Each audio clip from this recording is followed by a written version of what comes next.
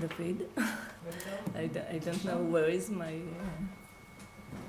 maybe you can see. Yes, I find it. It's okay, thank you.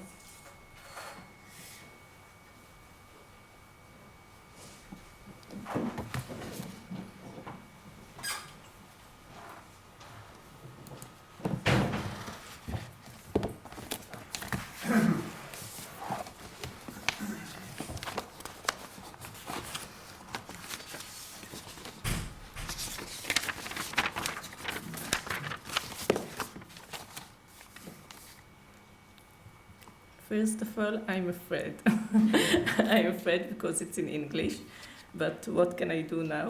I have to go on, so I will do it.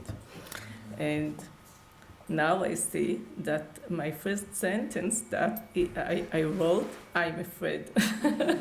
But it's because different. I'm afraid it would be pretentious to try to talk about poetry, design, and philosophy in the 20 minutes I have for this lecture. Since time is short and there is much to cover, I'll avoid explanation and get to work. How are these three subjects connected? They are connected by the special place of the idea of the individual in the modern world. Modern discourse perceives a work of art as an expression of the individual creator.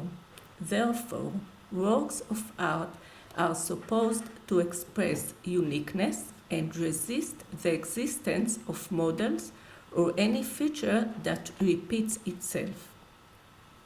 Such a situation has caused a special problem for poetry as well as for modern designs, since what distinguishes poetry from prose is repetitive rhyme. The linguistic characteristic that has usually been associated with poetry is repetitive rhyme, in addition to a poetic meter. Poetic meter dictates the stanzas of the poem. From such a point, I would like to explain the change that has come about in modern poetry as regards the freedom from rhyming.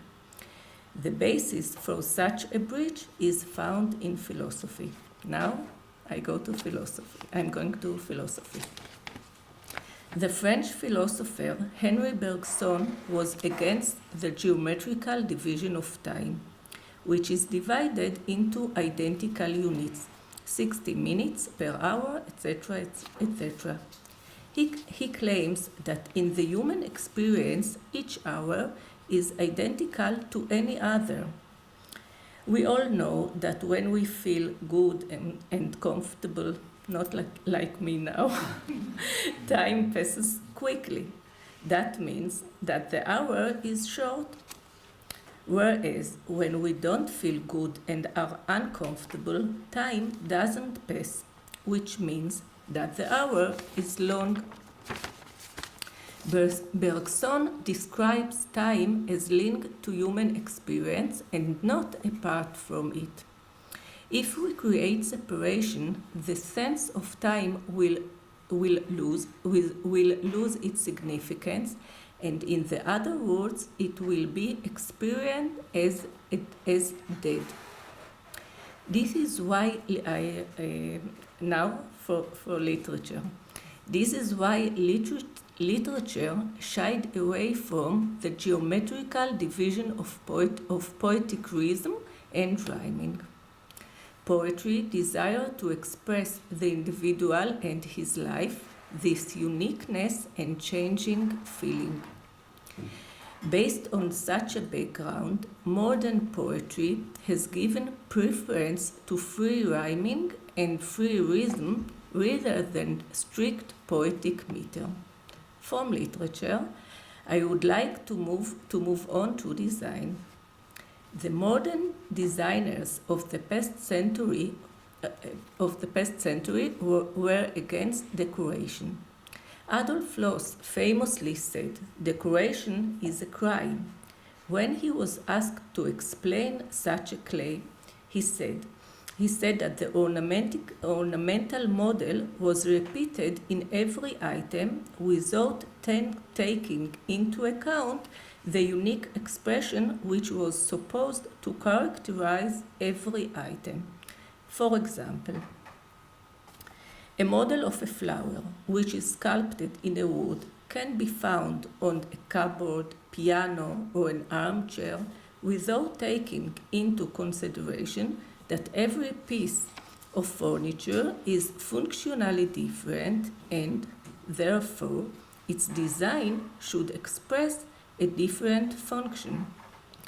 This means, in designing, as in philosophy and literature, modernism has strived to maintain the dynamic dimension of life. Now I would like to move on to jewelry design.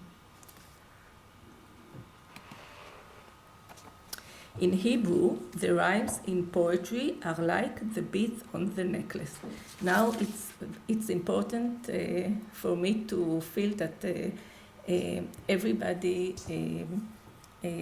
everybody understands the difference between English and Hebrew. In Hebrew, we have connection between rhyme and beats.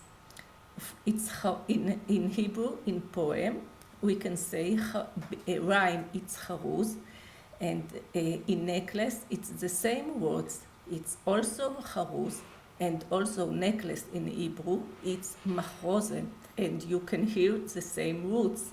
You can see it. Chet, Reish, Zayin in poetry, Chet, Reish, Zayin in necklace, in necklace, and even machrozet, it's the same roots, Chet, Reish, Zayin. So when I want to think about the connection between poetry and jewelry, in Hebrew it's simple because we have the connection in our language. So if you want to understand my lecture, now you have only a little bit to think in Hebrew about this connection.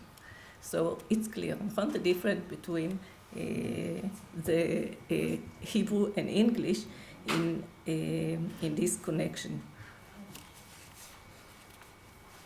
Necklace is based on a self-repetitive form because it is made of beads which are interwoven, like poems, of course. Such a situation may change in a work that expresses the vitality in life, but not all the time, if we look at reality. Sometimes the desire to criticize dead cultural patterns forces us to use those same patterns. In order to prove my point, I would like to demonstrate by using a work of criticism. The designer Mary Lou Levin wants to criticize the way in which the woman has been objectified for use by the man. As it is well known, a pretty woman, a nice house, and nice object are all meant to broaden your horizons. And how does woman become pretty? With her jewelry. I would like to go back to Bergson. The identical form of time units diminishes life. Jewelry, too, which desire to turn the woman into a nice object, also diminishes her worth. As with time, so with jewelry. Some jewelry disturb order. Some enables life. You can see it here. You can see this about this part. However, there is some jewelry whose form is permanent and neat in a line which cannot be overstepped. This is how Mary Lou Levin's necklace describes the female situation. The beads in the form of drap repeat themselves as expected. Only instead of being tied to a thread, the drop is hung on a hook. You can see it, of course, here. There is no need for words. The work is so clear. Mary's work is not unique in the Israeli space. It carries a universal female protest. In this lecture, I would like to show that the death in Israeli society, whether secular or religious, has actually led to extreme presence of the form of repetition, sometimes due to the desire to reflect reality, and sometimes to protest it. I would like to go back to the poet Yehuda Amichai in his poem Rain on the Battlefield. He described life beside the dead. Also, his poem is dedicated to his unique and special commander who dies in a battle and acted as his spiritual father. The poem describes all dead people as identical. He writes the following, first in Hebrew. גשם בשדה הקרב. גשם יורד על פני רעי, על פני רעי החיים, אשר מכסים ראשיהם בשמיכה, ועל פני רעי המתים, אשר אינם מכסים עוד. Rain on the battlefield. Rain falls on the faces of my friends, my living friends who cover their heads with a blanket, and my dead friends who don't. Such a pattern in which all the dead are identical isn't fortuitous. In military cemeteries, there is no difference between the simple soldier and his commander. They are all buried side by side under the same gravestone, and there is no expression of the different among them. However, there is no good without bad. Unity creates commemoration that does not emphasize the uniqueness of each warrior. The artist Sarah Shachak wanted to protest such a situation. She designed thick rings which were made from the soldiers' identification tags which were meant to identify them if, God forbid, they were killed in the battle. But she chose to engrave a different flower on each one. You can see here. This death, which doesn't respect the uniqueness of the death, has a different context.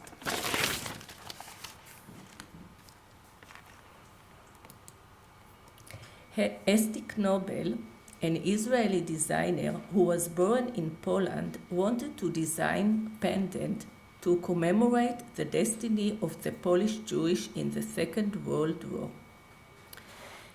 She chose not to give individual faces to the dead, as all of them died because they were Jews with no connection to their individualism. This tradition is echoed by Menashe Kadishman installation Fallen Leaves.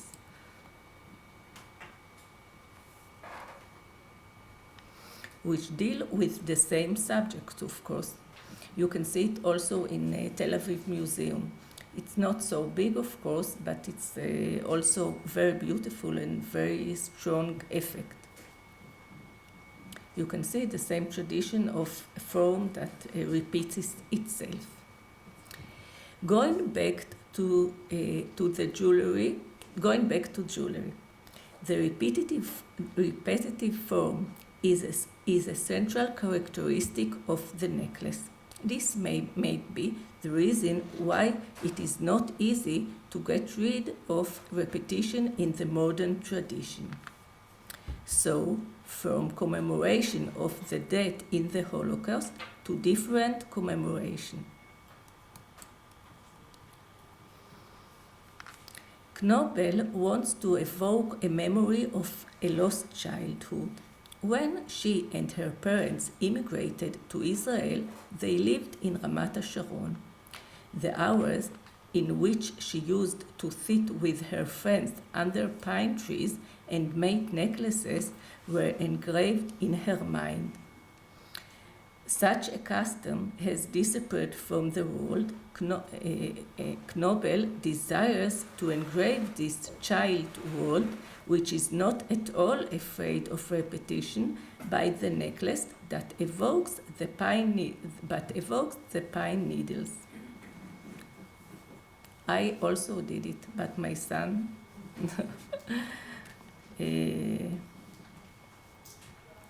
The discussion on Israeli jewelry that doesn't shirk from repetition can't be concluded without relating to the Star of David, a ubiquitous form that emphasized the communality among those who wear it. Oh, you can see Esther Knobel again, and now, okay. Vered Kaminsky, one of the top Israeli designers, chose to deal at length with this symbol. In her design, she chose to multiply the ubiquitous dimension of the Star of David. Not only did she repeat its form, but she also repeated the additional symbol that is tied into the Israeli culture, the form of a tile.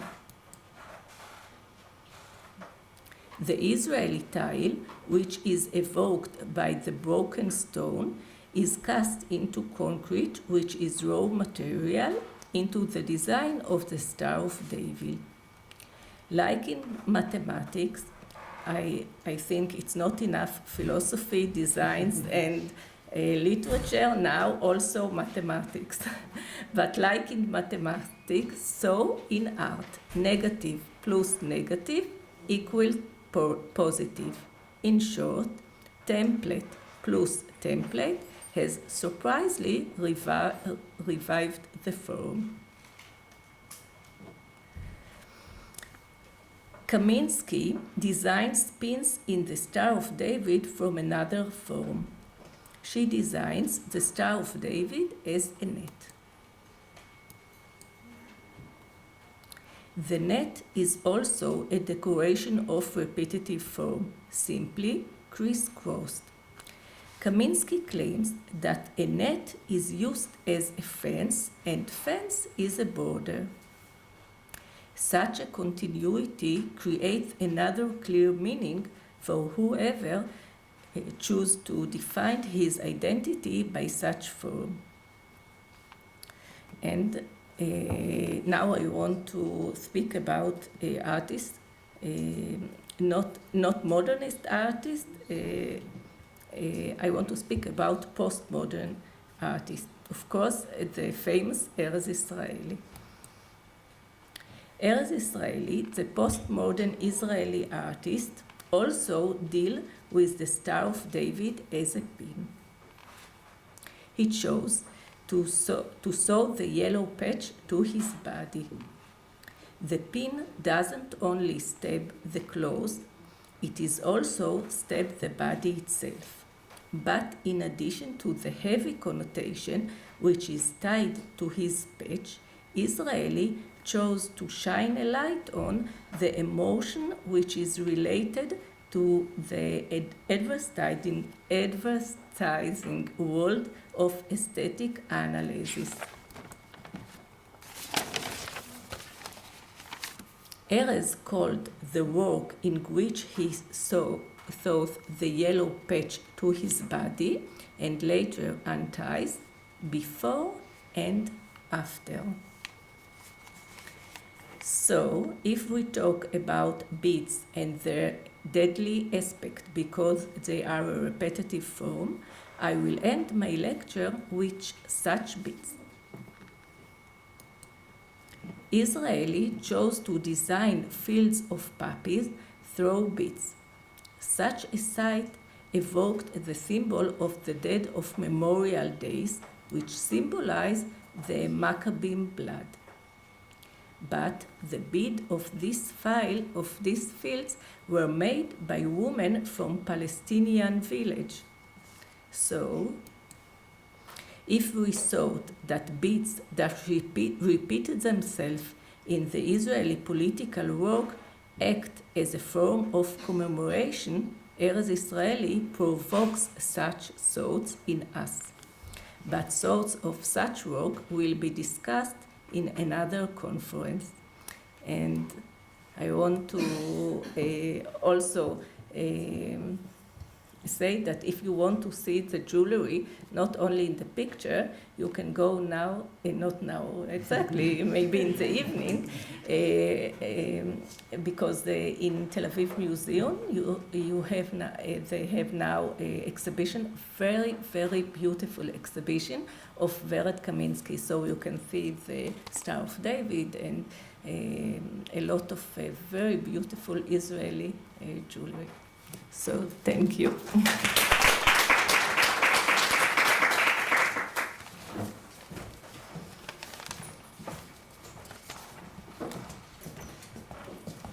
Did it. Okay, we have time for a few questions. Does anyone have question, comment? No? Okay. Thank you.